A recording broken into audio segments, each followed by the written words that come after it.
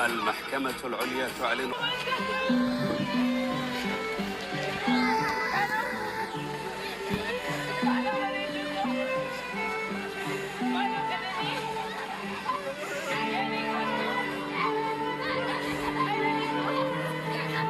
አዱኛ የቀብር ስነ ስርዓት በዛሬው ዕለት ከቀኑ 9 ሰዓት ላይ በቅድስት ሥላሴ ካቴድራል ተፈጽሟል። በጣም ብዙ ሰው የቀብር ስነ ስርዓቷ ላይ ተገኝቶ ነበረ። ወዳጅ ዘመድ፣ ጓደኛ፣ ቤተሰቦቿ እንዲሁም መሞቷ ያሳዘናቸው በሙሉ የቀብር ስነ ስርዓቷ ላይ ተገኝተዋል። በጣም ብዙ ሰው ነበረ። እናትና አባቷ፣ ቤተሰቦቿ እጅግ በጣም ነበር አንጀት የሚበሉት። አንዱዓለም ጎሳም የቀብር ስነ ስርዓቷ ላይ ተገኝቶ ሲያለቅስ አይተነዋል። እሱም በጣም ነው የሚያሳዝነው። እኔ በጣም ከባድ የሆነ ስሜት የተሰማኝ ሳያቸው እናትየዋ ስቲል ሲያስለቅሱኝ ነው የቆዩት። አባቷ በጣም ነው የሚያሳዝኑት። እናትየዋ እኔ ልሙትልሽ አንቺ አትሙችብኝ እባካችሁ። አሁንም ደግሜ የምለው ራሳችሁን ለማጥፋት እያሰባችሁ ያላችሁ እኔም የእሷ ተከታይ ነኝ የምትሉ ሰዎች እስኪ ከቀነኒ ቤተሰቦች የእሷን ቤተሰቦች እስኪ አይታችሁ እናንተም ለቤተሰቦቻችሁ ዘኑላቸው። የማይሽር ጠባሳ ልጄ እያሉ የማይሽር ጠባሳ ታሳርፉባቸው እባካችሁ። በቃ ነገ የማያልፍ ነገር የለም። ቢያቅታችሁ ስራ ማጣት ነው ወይስ ደግሞ ከፍቅረኛ ጋር ሁኔታዎች አልተስተካከሉም አልሆነም፣ እነሱ በቃ ይስተካከላሉ። ስራ ካጣችሁም ግዴታ ተንደላቆ መኖር ግዴታ አይደለም። ከእናት ጋር ሆኖ ያለውን መብላት ይቻላል። ከዛ ደግሞ ጠንከር ብላችሁ ራሳችሁን ስታሻሽሉ ወደ ስራ ትሄዳላችሁ። እባካችሁ የፍቅረኛ ጉዳይም ይስተካከላል። ወይ ተስማማላችሁ፣ ካልሆነም ተለያዩና አዲስ ህይወት ትጀምራላችሁ። ማንንም አጥቶ ማንም ሞቶ አያውቅም። ለቤተሰቦቻችሁ ዘኑላቸው እባካችሁ። ቀነኒ ገና ወጣት ናት። በሀያዎቹ ቤት ውስጥ ያለች ገና ወጣት ተመርቃ ስራ እንዲሁም የግል ስራዎችን የምትሰራ ሞዴል ነች። ማስታወቂያ ትሰራለች። ብዙ የሙዚቃ ቪዲዮዎች ላይ ትሳተፋለች። ፕሮሞተር ነች ምናምን በጣም ብዙ ስራዎችን ትሰራለች። በደንብ ብትንቀሳቀስ ኮኔክሽን ያላት ከሌሎች ከሚሰሩ ሰዎች ጋር መገናኘት የምትችል ወጣት ነች። መልኳ በጣም ቆንጆ ነው። ተምራለች ምናምን እና ቤተሰቦቿን ደግሞ እጅግ በጣም የምትወድ እዋት እዚህ ጋር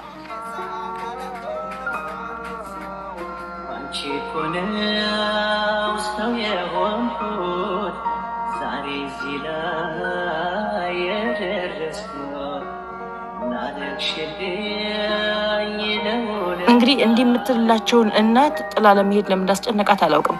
ይሄንን የምለው ምናልባት ራሷን አጥፍታ ከሆነ ነው። ያው ፕሮባቢሊቲው እንደዛ ይመስላል። በጣም ነው የምታሳዝነው። የአዲስ አበባ ፖሊስ በቀነኒ አሟሟት ዙሪያ የተወሰኑ መግለጫዎችን ሰጥቷል። የአዲስ አበባ ፖሊስም ባለቤቷን ድምፃዊ አንዱዓለም ጎሳን በቁጥጥር ስር በማዋል ምርመራ እያጣራ ነው። በሟች ወይዘሮ ቀነኒ አዱኛ ዋቆ ሞት ዙሪያ ምርመራ እያጣራ መሆኑን የአዲስ አበባ ፖሊስ አስታውቋል። በለሚ ኩራ ክፍለ ከተማ ወረዳ 3 ልዩ ቦታው ሰንሻይን ቤቶች ፊት ለፊት ከሚገኘው ውዳሴ ህንፃ ላይ ነዋሪ የነበረችው ሟች ወይዘሮ ቀነኒ አዱኛ ዋቆ መጋቢት 1 ቀን 2017 ዓ.ም ከሌሊቱ 10 ሰዓት አካባቢ ከቤቷ የማብሰያ ክፍል በኩል ካለው በረንዳ 5ኛ ፎቅ ላይ ለጊዜው ምክንያቱ ባልታወቀ ሁኔታ ወድቃ ለሕክምና እርዳታ ወደ ያኔት ሆስፒታል እየተወሰደች ባለችበት ወቅት ህይወቷ አልፏል ይላል የፖሊስ መግለጫ።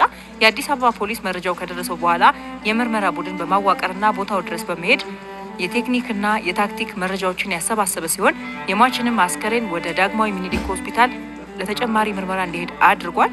ሟች ወይዘሮ ቀነኒ አዱኛ በወቅቱ ከበረንዳ ላይ በወደቀችበት ሰዓት ፖሊስ በቤቱ ውስጥ የነበረውን ባለቤቷን ድምፃዊ አንዷለም ጎሳን በቁጥጥር ስር በመዋልም ምርመራ እያጣራ እንደሆነ ገልጿል። ራስን ማጥፋት በአንድ ቀን የሚመጣ ውሳኔ አይደለም። ድንገት ራሴን ላጥፋ ብለን አንወስንም። ሁላችንም ከቀን ቀን ራሳችንን ስለማጥፋት እያሰብን ሀሳቡን ለአእምሯችን እያስለመድ ነው እንሄድና አንድ ቀን ድንገት ስንናደድ ወይ ችለን ድንገት ስንገነፍል ደፈር ብለን የምናደርገው ነገር ነው እንጂ በአንድ ቀን ዝም ብለን ተነስተን በቃ ራሴን ላጥፋ አንልም። በጣም ጥቂት ፐርሰንት ነው እንደዚህ አይነት አሟሟት እንኳን ቢኖር ማለት ነው። እናም በአቅራቢያችን ያሉ ሰዎች ህይወት ሰለቸኝ፣ ደበረኝ፣ መረረኝ፣ ራሴን ላጠፋ ነው፣ ለምን እኖራለሁ፣ ማንም አይፈልገኝም ሲሉን አይዞሽ አንተ እኮ ጠንካራ ነህ፣ ትወጣዋለህ፣ ታልፈዋለህ፣ ከኔ በላይ ጠንካራ ነህ ምናምን ከማለት ይልቅ እነዚህ ሰዎች ጤነኛ ስላልሆኑ በትክክል አእምሯቸው እየሰራ ስላልሆነ የአእምሮ ወይ ደግሞ የስነ ልቦና ችግርም ሊሆን ስለሚችል በአፋጣኝ ወደ ሕክምና ቦታ ወስደን ወደ ስነ ልቦና አማካሪ ወደ ስነ አእምሮ ሐኪም መውሰድ አለብን እና እርዳታ ሊያገኙ ሊድኑ ይገባቸዋል። ብዙዎች የስነ ልቦና አማካሪ አማክሬ ራሴን ላጠፋ ከነበርኩበት ስሜት ወጥቻለሁ ሲሉ እንሰማለን። ከጸበልም በተጨማሪ ወይም ከሃይማኖታዊ ክንውኖች በተጨማሪም የስነ አእምሮ ሐኪሞችን ማዋራት ስላለንበት እንድንረዳ ያደርገናል። መድኃኒትም ካለው መድኃኒት ይሰጠናል። እናም እንዲህ አይነት ሰዎች በአቅራቢያችን ሲገጥሙን እኛ ከቻልን እንዳልኳችሁ ወደ ሕክምና ተቋም እንዲሄዱ ማድረግ ወይም የስነ አእምሮ ሐኪም እንዲያገኛቸው ማድረግ ካልሆነ ግን በአቅራቢያቸው ላለ ሰው ተናግረን ጉዳዩ ሲሪየስ እንደሆነ በማስረዳት በማሳመን ከእንደዚህ አይነት ህይወት እንዲወጡ ማድረግ ይገባል ማለት ነው። ምክንያቱም ራስን ማጥፋት እንደዚህ አይነት ስሜት ሲሰማን ስሜት ብቻ ሳይሆን ህመምም ጭምር ነው። እንዳልኳችሁ አስተውያለሁ የቀነኒ ሞት ዜና ላይ እኔም መሞት ፈልጋለሁ፣ እኔም ትንሽ ቀን ነው የቀረኝ፣ ቀን እየጠበቅኩ ነው፣ ለመሞት 15 ቀን የቀረኝ፣ እንዳንቺ ጨካኝ በሆን ምን አለበት፣ ጭካኔሽን በጣም ወደድኩት፣ አድንቄሻለሁ፣ ከዚህ ህይወት ምን እናተርፋለን የሚሉ በጣም ብዙ ጽሁፎችን አንብቤያለሁ። ለመሞት ተራቸውን የሚጠብቁ ሰዎች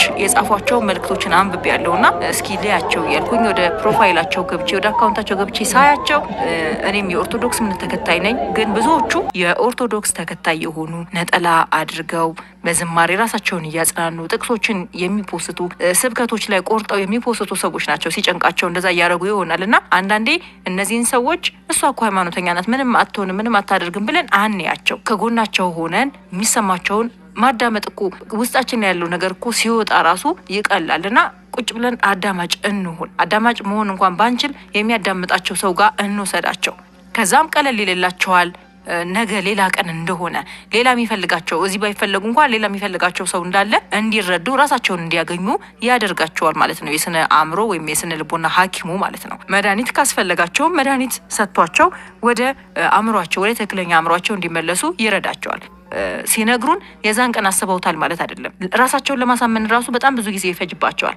ራሴን ለማጥፋት እያሰብኩ ነው ብለው ራሳቸውን ለማሳመን ራሱ ብዙ ጊዜ ይወስድባቸዋል። ራሳቸውን ካሳመኑ በኋላ ነው ለኛ ይሄንን ነገር የሚነግሩን። ስለዚህ ብዙ ስቴፕ ስለሄዱ እነዚህን ሰዎች ችላ ማለት የለብንም። የቀነኒን ጉዳይ ይሄ ነው። ከ8 ወር በፊት ከጓደኛዋ ጋር እንዲህ አይነት ሜሴጆችን ስትመላለስ ነበረ። እናም ወደ ተገቢው ቦታ መሄድ ስላልቻለች ወይም ይህን የሚያናድዳትን ተስፋ እንድትቆርጥ የሚያደርጋትን ነገር መተው ስላልቻለች ነው ለዛሬ ሞቷ የበቃችው፣ ለዛውም በአሰቃቂ ሁኔታ የሞተችው። እናም ከጎናችን ያሉ ሰዎችን በተለይ እንደዚህ ራሴን ላጠፋ ነው 10 ቀን 5 ቀን ቀረኝ እያሉ ቀን የሚሰጡ ሰዎችን ከጎናቸው ሆነን በአቅራቢያቸው ሆነን መደገፍ ያለብንም ብንደግፋቸው። ለነሱ ሞቲቬሽናል ስፒከር አይደለም ያስፈልጋቸው። ትችላለህ፣ ትወጣዋለህ፣ ደግሞ ለዚህ ህይወት ምናምን አትበሏቸው። እንደዛ ሳይሆን ወደ ሕክምና ተቋም ወሰዷቸው የሚል መልዕክት ነው ያለኝ ይመስላል። አሁን ትክክለኛው መንስኤ ባይታወቅም እሱም ጥፋተኛ ባይባልም ወደ ቀብር ስነ ስርዓቱ ያልተወሰደው ፖሊስ አሁንም ያረጋገጥኩት ተጨባጭ ነገር የለም፣ ስለዚህ እኔን በትዕግስት ጠብቁ ብሏል።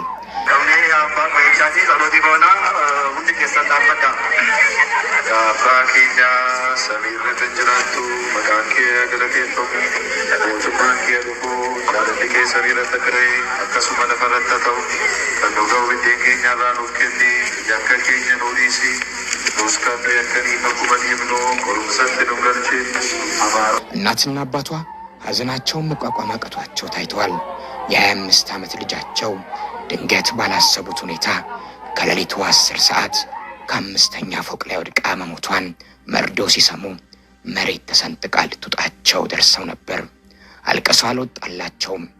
ጽንስ በሆዷ መያዟን ሲሰሙ 2 ሞት ሆኖባቸዋል። የድምፃዊ አንዱዓለም ጎሳ ፍቅረኛ ቀነኒ አዱኛ እየተለቀሰላት ደረት እየተደቃላት ተቀበረች።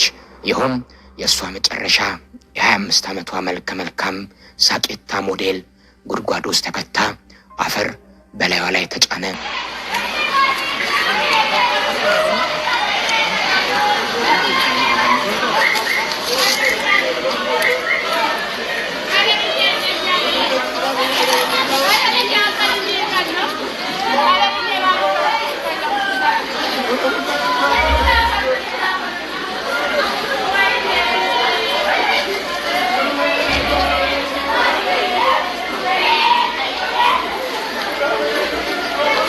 የቀብር ስነ ስርዓቷም በርካታ ወዳጆቿ በመንበረ ጸባዖት ቅድስት ሥላሴ ካቴድራል በተገኙበት ተፈጸመ። በመቶዎች የሚቆጠሩ ሰዎች ይህችን አበባ አጅበው ወደ ፈጣሪ መንገድ ሸኟት። ሁለቱ ጥንዶች በይፋ ትዳር ተጣምረው ትዳርም ባይመሰርቱም አብረው ከ1 ዓመት በላይ በፍቅር ኖረዋል። አሁንም ይህ አሳዛኝ ነገር ሲከሰት ታዲያ ቀነኒ በሆዷ ጽንስ ይዛ ነበር። በርካቶችንም ጥያቄ እንዲፈጥርባቸው ያደረገው እንዴት ልጇን በሆዷ ይዛ ይህን አይነት ውሳኔ ራሷ ላይ ልትወስን ትችላለች የሚለው ነው። ሁለቱ ጥንዶች እናውቃቸዋለን የሚሉ ሰዎች በማህበራዊ ሚዲያዎች ብቅ በማለት በተደጋጋሚ ግጭት ውስጥ ይገቡ እንደነበር፣ አካላዊ ጥቃትም ጭምር ይፈጽምባት እንደነበር ይናገራሉ። ከዚህ በፊትም 2 ጊዜ ራሷን ለማጥፋት ሞክራ እንደነበር የሚገልጹ አሉ። ከማህበራዊ ህይወቷ ከጓደኞቿ እንድትገለል ለብቻዋ እንድትሆንም ያረጋት ነበር። እኛም እናውቃለን ነው ያሉት። በሟች ወይዘሮ ቀነኒ አዱኛ ዋቋ መሞት ዙሪያ ታዲያ ፖሊስ፣ የአዲስ አበባ ፖሊስ በተለይም ይሄ ነው ያለውን መረጃ አስታውቋል። በለሚ ኩራ ክፍለ ከተማ ወረዳ 3 ልዩ ቦታው ሰንሻይን ቤቶች ፊት ለፊት ከሚገኘው ውዳሴ ህንፃ ላይ ነዋሪ የነበረችው ሟች ወይዘሮ ቀነኒ አዱኛ ዋቆ መጋቢት 1 ቀን 2017 ዓ.ም ከሌሊቱ 10 ሰዓት ገደማ ከቤቷ የማብሰያ ክፍል ውስጥ በኩል ባለው በረንዳ 5ኛ ፎቅ ላይ ለጊዜው ምክንያቱ ባልታወቀ ሁኔታ ወድቃ ለሕክምና እርዳታ ወደ ያኔት ሆስፒታል እየተወሰደች ባለበት ወቅት ህይወቷ አልፏል ብሏል የአዲስ አበባ ፖሊስ። የአዲስ አበባ ፖሊስም መረጃው ከደረሰው በኋላ የምርመራ ቡድኑን በማዋቀርና ቦታው ድረስ አንዱዓለም ጎሳን በቁጥጥር ስር በመዋል ምርመራ እያጣራም ነው ብሏል። ቀነኒ ራሷን እንዳላጠፋች ወይም ራሷን ለማጥፋት ቅጽበታዊ ሁለተኛ ወገን ተጽዕኖ እንዳለ ከሚያስጠረጥሩ ነገሮች መካከል የሞተችበት ቀን ከቀኑ 10 ሰዓት ጀምሮ ለልደቷ የሚሆኑ የልደት ፎቶዎችን እየተነሳች እንዳመሸች ፎቶ ያነሳት የወንዴክስ ስቱዲዮ ባለቤትና የካሜራ ባለሙያ የሆነው ወንደሰን በጋሻው መናገሩ ነው። ቀን እስከ ማታ የልደት ፎቶዎች ሳነሳት ነበር፣ ጠዋት መርዶን አረዱኝ ብሏል ካሜራማን ወንደሰን። ከዛ ቢያሻገር ጽንስ በሆዷ መያዟ ይህንን ያህል ራሷ ላይ የሚያስጨክናት የተለየ ነገር ያስፈልጋታል እንጂ በልጇና በሷ ላይ ይህን አይነት ጭካኔ የተሞላበት ነገርን አትፈጽምም ያሉም አሉ። የአዲስ አበባ ፖሊስ በሞዴል ቀነኒ አዱኛ ህልፈት ምክንያት የሞዴሉ አባል የሆነውን አርቲስት አንዱዓለም ጎሳን ማሰሩ ከዚህ ቀደም የገለጸ ቢሆንም አሁንም ግን የፍርድና የምርመራ ሂደቱን በተለይም የማጣራት ስራ ላይ እንደሚገኝ ከተለያዩ የተሳሳቱ መረጃዎችን ማህበረሰቡ ተቆጥቦ ፖሊስ የደረሰበትን ነገር ወደ ህዝብ እስኪያደርስ ድረስ እንዲጠባበቅ ገልጿል።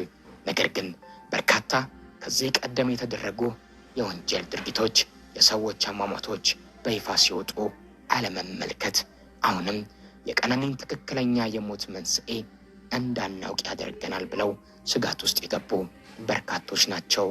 ቀነኒ ነፍሷን በገነት ያኑርልን።